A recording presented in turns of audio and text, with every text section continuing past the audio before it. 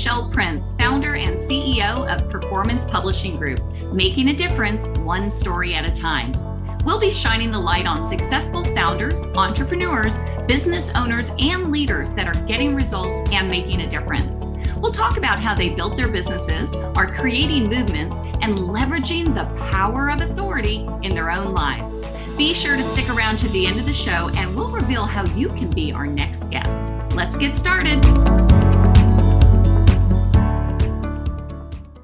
Hey everybody, it's Michelle Prince, host of the Power of Authority Spotlight, where we shine the light on entrepreneurs, business owners, founders that are doing incredible things. They're building businesses and they're making a difference along the way. And my guest today is somebody that has really helped me propel my career in podcasting, my ability to really learn as much as I can in that field. And that's what we're going to be talking about today. But first, this episode is brought to you by Performance Publishing. Have you ever thought about writing a book? Has anyone ever told you should write a book? Everyone has a story. And when you use that story, you get that story out there, it becomes your business card. People will throw away your business card, but they won't throw away a book. Grab a free strategy call at performancepublishinggroup.com. Again, performancepublishinggroup.com. All right, let me introduce you to my friend, Dr. Jeremy Weisz. He, in addition to running Rise25, which we're going to dive really in deep on what they do because we're actually one of their clients. But Jeremy has been featuring top entrepreneurs with video interviews since 2010 that include founder CEOs of P90X, Atari, Einstein Bagels, Mattel, and the Orlando Magic, prescription bars, and many, many more on Inspired Insider. He was senior producer for 7 years of one of the early top business podcasts, helping to put systems in place to help run the back-end operations. He was helping businesses launch and run podcasts long before most people even knew what a podcast was. A couple of his favorite thoughts on podcasting that he has been sharing for over 15 years, podcasts will be similar to a website someday. And every business should have a podcast because hands down, it is the best thing I have done for my business and my life. Jeremy has made best friends, met his business partner, and had countless clients and referral partners come out of the relationships he has built with his podcast. Jeremy also used to run a chiropractic and massage facility in Chicago for over 15 years before selling it and founded a nutritional supplement business. Welcome to the show, Jeremy. Michelle, it's always amazing to talk to you. Thank you. And everyone should write a book. And I also tell them when they have a book, I want to buy it in audio, and I know you help people get it into audio form too. So I'm like, go talk to Michelle, please, so I can buy and listen to your book. Yes. Well, because here's the thing with podcasting, audiobooks, we're so busy. We're in this, social world. Not a lot of people have time to sit down and read a physical book, even though I still tell people they have to have a physical book. But audiobooks and podcasts, that's what people are listening to. And so, yeah, thank you for that shout out. Well, I'm excited to talk to you because, as I mentioned, we are a very happy client of Rise25. And I want to talk about what exactly you do. First and foremost, let's talk about that. And then I want to dive into some other steps to help people to become profitable with launching their own podcast. Yeah. One, thanks for having me. People ask what we do. So we do accountability, strategy, and the full execution, right? And as you know, we are an easy button for a company to launch and run a podcast successfully with looking for ROI, right? And we find that people quit podcasting, which I don't want anyone to quit because you mentioned it in the intro, which is like, I track almost everything back in my life that's good to a podcast. And I did not meet my wife on a podcast. That's the only caveat to it. But like you mentioned, my business partner, best friends, weddings, we met through podcasting. So I've formed amazing relationships. I'm having a birthday in a few weeks, and I have people flying in from all over the country. And my wife's like, who is this person? I don't know who this person is. I'm like, I met him through the podcast and we just chat all the time, right? Our mutual friend, Ian Garlic, is one of those people. Who's awesome. Shout out to Ian, the case story. But it's an amazing way. I always look at ways to give first to others. And that's whatever, even if someone's listening is like, well, I never want to start a podcast. That's cool. That's fine. what are ways that this is my channel and avenue that is predictable, it's repeatable, to give to my relationships and feature them and feature other people and profile what they're doing. Like I've had you on my podcast, which was an Yes. amazing episode on Inspired Insiders, so people can check that out. But just giving to others, and that's what we do. So that comes with the strategy first, then the accountability, and then the execution of it. And then the strategy for us starts with, because I just was at a conference and people are like, well, the first question people have is, well, how do I get an audience? How do I get downloads? How do I get subscribers? And I'm like, so one, we really focus on B2B podcasts. I told them we don't do true crime. We don't do a comedy podcast. Yeah. Although if one of my favorite comedians asked, we'd probably help them. But it's really B2B. And in a B2B world, in a very niche world, they really just want to be connecting in the authority in that niche, right? Like we have people in the pest control space, right? The most random niches. So are they going to get a million people listening to a pest control podcast? No, but they don't care. They want the suppliers in the pest control, the software in the pest control space, and that specific space. So we start with the strategy, and we start with creating your dream 100. And 100, 200, 300, we kind of brainstorm. A lot of times people think of a dream 100 as clients. We kind of expand it more into referral partners, strategic partners. It could be potential clients. It could just be people in your universe that are referral partners, right? So we start off with that piece, and that's the strategy. Because if you don't, and the same thing with the book and what you do with the book, it's very similar. You start off with the strategy of, you're not just going to write a book for writing a book's sake. It's like, how is this going to serve you? What are your offerings?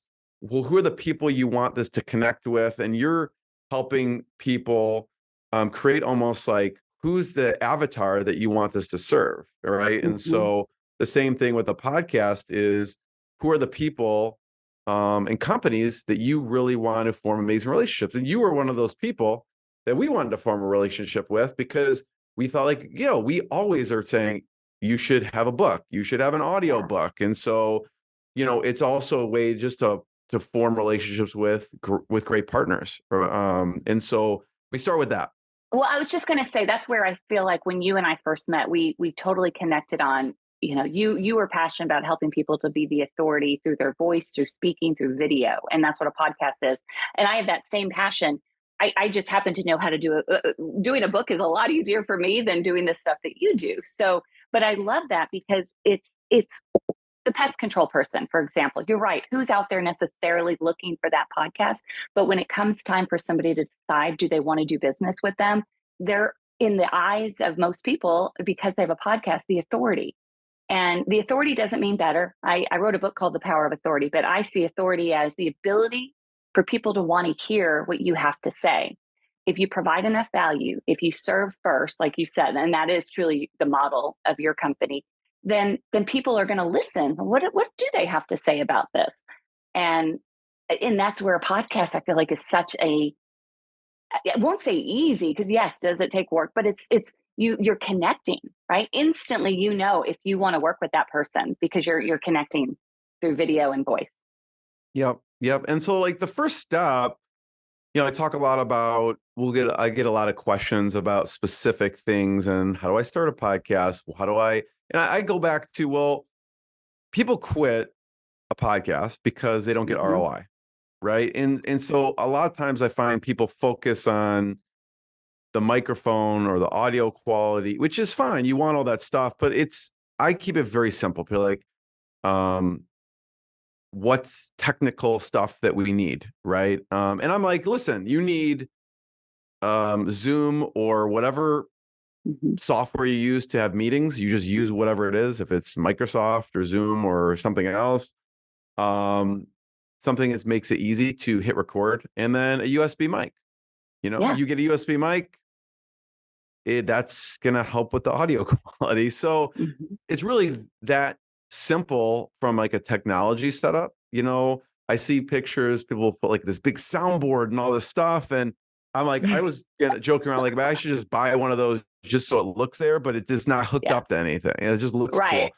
cool. You know, really, as you know, to do it, you really just need that simple setup. And those are the questions I get. But really, the focus is people focus a lot on those pieces, but really the strategy piece is what allows someone to get the most out of it, because if it serves their business, they'll keep doing it, right? Even people who Right. come to me, and probably with you, Michelle, too, which is, oh, this is just a passion project I'm so excited about. I'm like, yeah, but after 3 or 4 or 5 months, it does take time and energy. You're going to quit if it's not Right. serving your business. So we start off kind of thinking of that. And like the Dream 100 is cold and warm. So oftentimes people think of as the coldest of colds. And I can go into a couple ways I think of the cold Mm-hmm. relationships, like who should someone be reaching out to or thinking about.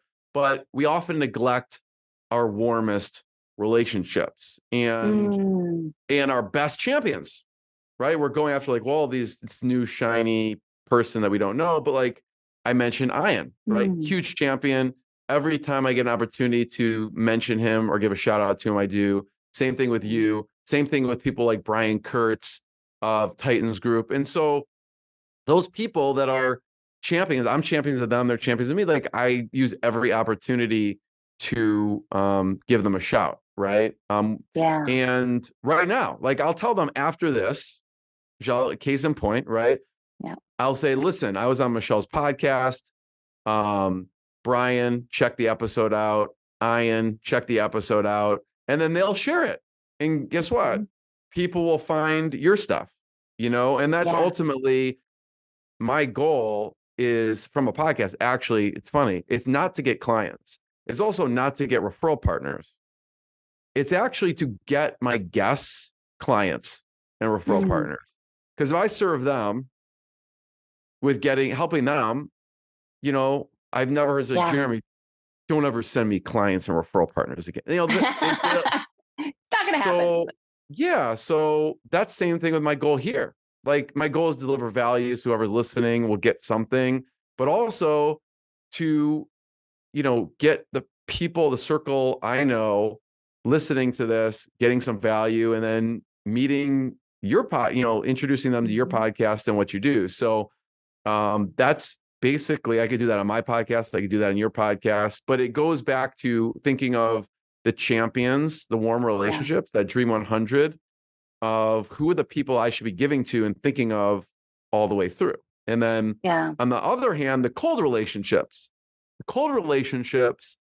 I kind of categorize, how do I think of cold relationships? Who do I want to connect with? And so whoever is listening, for me, whatever niche you're in, Mhm. and this could be people who have a book, right? With you, who should they be sending the book to? Because you recommend sending the book to people. Like, well, I think of who are Right. the consultants or practice management groups in their industry. So there's one of our clients who's he's a financial advisor. And he's like, oh, I serve everyone. But when we got to it, he's like, he had 40% of his clients were dentists. Just, he didn't realize it. So we were doing the Wow. strategy.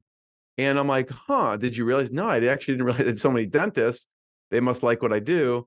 And so we looked at the consultants or practice management groups in the dental industry. And we also looked at trade associations as another category.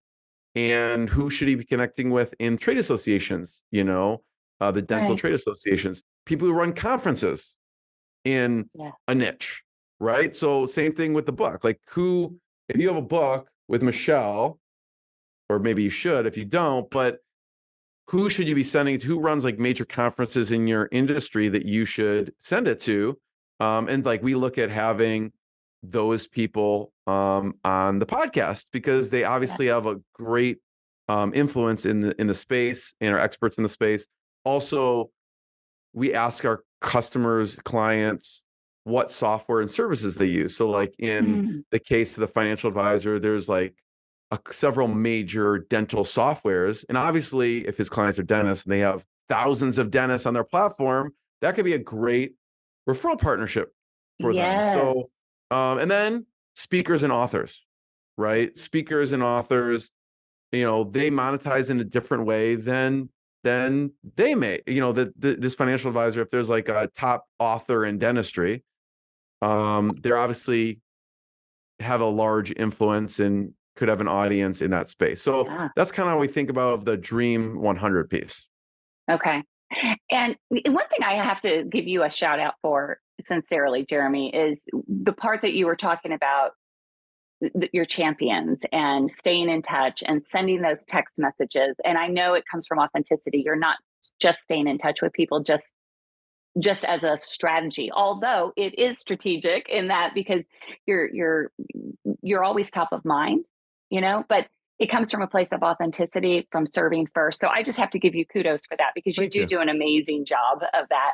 And it's why people want to work with you, right? And so just those little touches, those little things, staying top of mind. You do a newsletter, you send things, just to let your clients know that you care about them, you think about them, you value their business.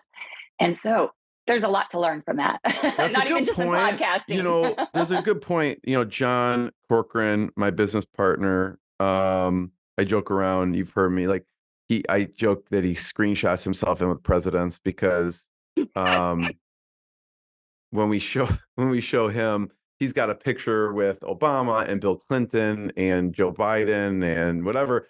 He was a speechwriter in the Clinton White House, so he does have a legit picture there. So he did not Photoshop them in, so he claims. But we were talking about this the other day, actually, and it's funny because even people who are best relationships, it's not like we're always top of mind with them, and they're not always top of mind with us too. So if we don't stay in touch constantly, you forget the person's there.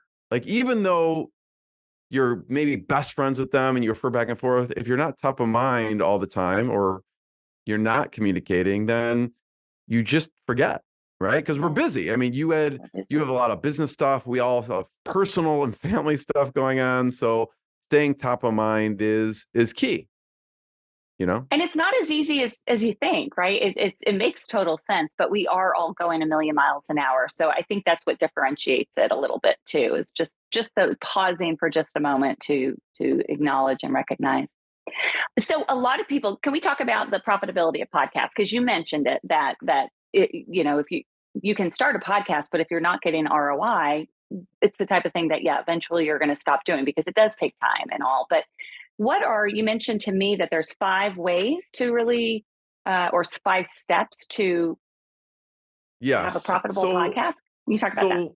So the 5 steps that I talk about, one, the foundation and the strategy is creating that Dream 100, right? Okay. Creating that, and then, again, the referral, strategic partner, potential client.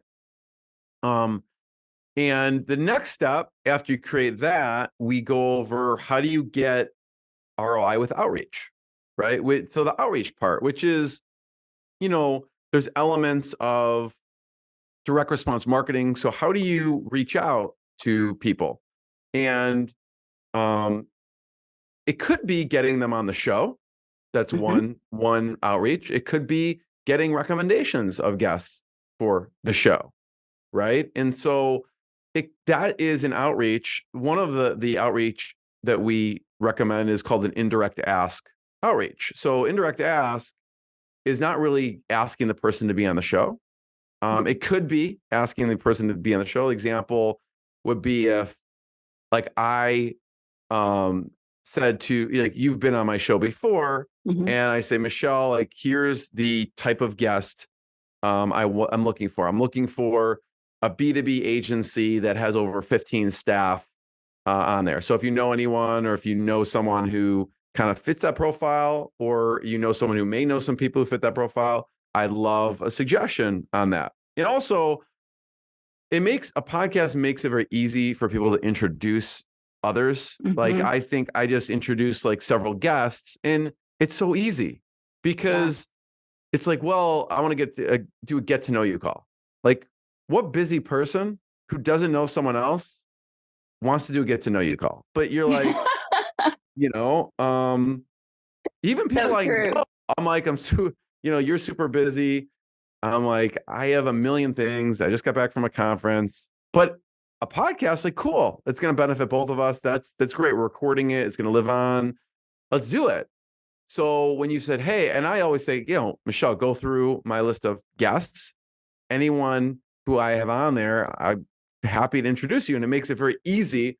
Hey, like I know you just had Chris Gronkowski of Ice Shaker on. If I said, hey, do you want to do a get to know you call with Michelle? Like, what do you think he's going to say? But he's a busy guy. But he will go on the podcast. So I'll help him promote his brand and everything like that. So it's very easy for me to introduce people. So the outreach is key.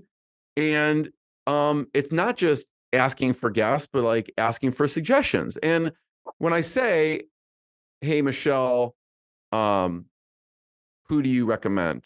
You're busy. You don't have to respond to me. But I will say, Michelle, of course, I'm going to give you a shout out on the show and give you some love on the show. So it's like a little bit of a incentive to be like, cool, like anyone. And then when I do that, which I will, and then I'll message you, which I do. And I say, Michelle, like I just had Jason Mandel on, and I know he's wrote a great book with you, Demand Transparency. People should check it out. And when I had him on, of course, I am raving about Michelle and Performance Publishing Group. And then now the key to that too is not just do it, but also like let you know. It's like talking good behind someone's back, right? Like tell them, like if you say something, let's say you're with your family, you're like, oh, this person's the best, but we never tell that person. It's sort of weird, right? And so, we've talking behind someone's back is usually a negative thing, but this is a positive, and you go to the person and let them know. So that's right. The Get ROI with outreach goes to let them know either, hey, do you have some suggestions, or also, do you want to be a guest? And some of the components of that, direct response 101 is like, I'm real specific with what I'm looking for, right? Because I'm like, hey, who can I send? You're like, I don't know. You give me no direction on that. But if I say, I'm looking for a B2B SaaS company, I'm looking for a B2B an agency who, whatever, I leave you give some direction there. And the other thing is, how does it benefit them, right? Like the messaging that benefits them. I've gotten, and you, I'm sure also, have gotten some terrible, terrible outreach that only benefited the person. They spewed out like all of their services that they do. First of all, I never asked. And it's just all serving them and about them, So, and by the way, when you reach out in this capacity, you are top of mind. You're top of mind in a giving fashion. And so that's kind of the next step after the Dream 100, get ROI with outreach. And then the next after that is kind of the art and science of amazing content. So now you got to, actually conduct an interview, right? Which is an art and a science. And that comes also with the questions of the technology setup, which we already mentioned, get a USB mic and Zoom or Microsoft or whatever. But the art and science of we have like a 17-page framework that we go through with our clients to make sure no matter if they've done an interview or never done, they've done a million of them, it's just going to make them better. And I use it, and we've crafted it over the past 15 years. Yeah, even down to the scripts, which is so helpful, for people who've never done that before. And in general, but like a couple shortcuts I found is a couple open-ended questions, like, how'd you get started? I remember when I had the co-founder of Pixar on the podcast, and I'm like, I've done thousands of interviews, and I'm like, where do I start? What do I do? I'm nervous. And I'm like, wait, okay, settle down, Jeremy. Okay, follow the script, and the script is not it's a guideline, right? It's like, as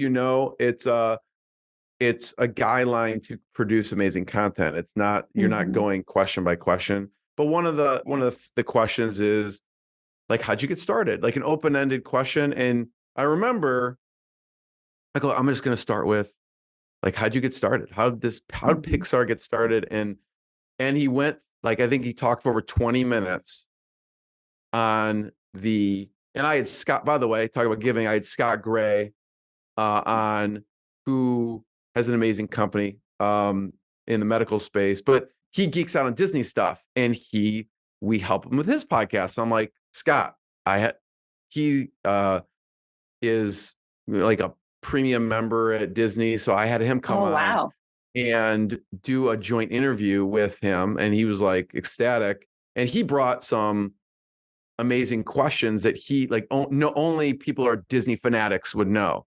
So I brought in some like firepower there, but he talked about when I said how to get started. That's all I did. And he talked about George Lucas and Steve Jobs and how like they were at a boardroom and they got the last minute, the deal fell through and they had to call Steve Jobs on the way to the airport and to save the company. And he wrote a $5 million check, and that started, this whole Wow. story around how Pixar started. And so that's all I did though, was I asked an open-ended question. So having the guest tell stories is the key to having amazing content. And so how do you have the guests tell great stories?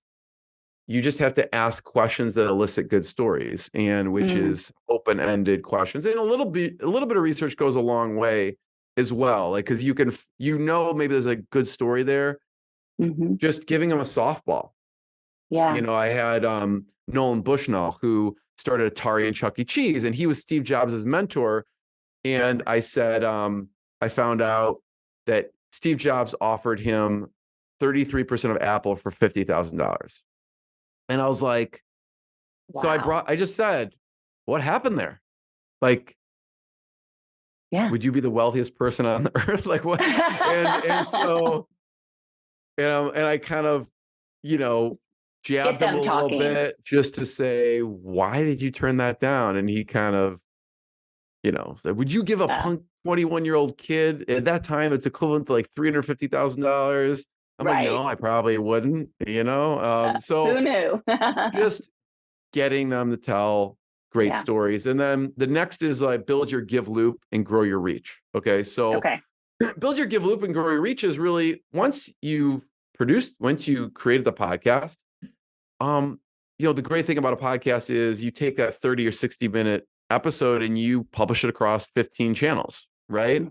And then you give the guest a reason to take that and put it on all the social media and everything like that. So again, I'm not looking at vanity metrics of likes and comments, but it's a way that I see my guests can use it as a marketing tool for themselves and their company. So they can post it on, like, even if you take a pest control, right? They can take it, they can post it on their LinkedIn, post it on whatever other social media platform, and tag other people for them to see it. Now, it's a great marketing piece for them. Now, when they see that, their audience, and maybe only 5 or 10 people, but if I'm having a important, impressive CEO and founder, that's their network of people. So maybe only 5 or 10 people look at it, but those 5 or 10 people are now in my sphere, right? Too. That's so true. So it's a good marketing piece for them. Again, it's about serving them and what their initiatives are. And then the last is kind of bringing it together. And we also we'll put it into like a snippet form. So like we'll come out with like a 30 to 60-second form that we then will put on social media too. So it's another marketing asset for them and their company that they can use to push back to the main episode. And we want the host to run their business and have great conversations and form great relationships. And then we do everything else surrounding it. So the give loop and grow your reach through the podcast channels, through YouTube, through the social media. And then the last is kind of turning it into profits, right? Turning guests into partners, right? And some of the partners that we have turn into clients. We turn into clients. We refer to them and they also refer to us, right? And some are interested in what we do. And some people I have on, Michelle, on the podcast is like, listen, they don't realize, but like we're looking for a partner, or we're looking for a vendor for us. We'll have them on to, why not just have the conversation, get to know them, Yeah. And we're like, they don't realize, but we may hire them too. So we I use it love as that. a vetting process. I remember when we were looking at uh, course software. Uh-huh. And I had the co-founder of Thinkific on the podcast. And after the call, I'm like, this is the company. I love the person. I love that they have this technical co-founder. I love what they're about. And I'm like, I'm sold. He didn't know we were thinking of getting a actual course software at the time. Right. But it's a great, also I learn a lot from it as well. But so after that call, I'm like, oh, this is it. This is amazing company. Oh, So I like that the, strategy. so the podcast and the profits, guests and the partners, a couple things I think of, it goes back to giving. So after an interview, what do? I want to offer more value, Hmm. meaning who can I refer them? I love when my guests have podcast, when people have a podcast, so it makes it very easy to refer. But how do I help them more? Refer them someone, refer them a possible client, a possible partner, because both people benefit Mm, if I'm taking someone who has a need and a company that has a service. So who can I refer to them? That would be good. I Um, love that. Obviously, when the message goes live, um, when the message goes live, promote it. To all of our people, and we have a formal referral program as well, which helps with that Hmm. collaboration. We like to incentivize people to refer to us. So Yes. those are the steps that when I think about profiting with a podcast. This is awesome, Jeremy. And I know there's so much more you could share. I know we're short on time here. Just to kind of wrap things up, hopefully everybody took notes on those 5 ways to really maximize profit, have a podcast that's profitable. But what would you say to someone listening who does not have a podcast? They're not necessarily sure they could do a podcast. What advice would you give to those people listening right now? Yeah, I mean, one is just like, let's say you don't want a podcast at all. I mean, I think for me, it's been one of the best things I've done in my life, and formed Mm, amazing relationships. So if you have questions, you could also email us. We have tons of free content. Like if you go to inspiredinsider.com, we have like an episode on almost every possible question. Like, what do I name my podcast? What's the technology? We go yes. even deeper into the tools and software, so there's a lot of free resources there.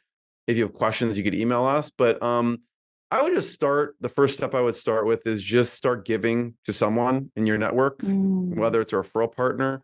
And what I recommend is just going on one of the platforms and just posting about that company that I you love it. love and start there. And that's something you can do right now. Just go to Facebook, go to Instagram, go to wherever you go, LinkedIn, and post about that company and just tell everyone why you like them and share with what they're working on.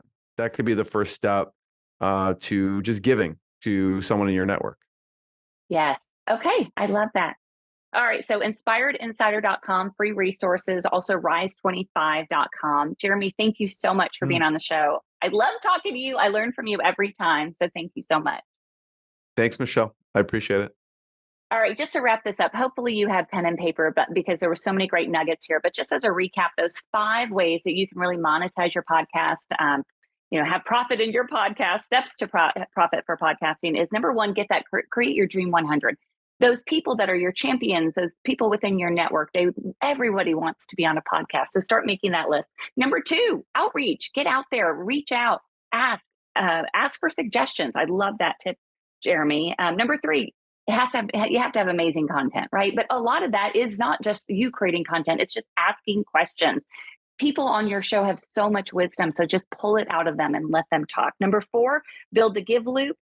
And grow your reach. One of the ways I love that Jeremy and Rise25, they do help to give all the tools. So if you're on their show, when anyone's on our show, we learn this from them, is we give them all of this content that they can go use as marketing tools in their business.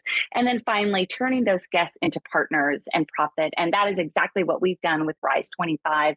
And I am so grateful for the relationship and all the connections that we've made through the years with them. And so hopefully take this information, get out there. I'm a big believer in podcasting. It's one of the ways that I do know it will build your authority. We'll see you next time.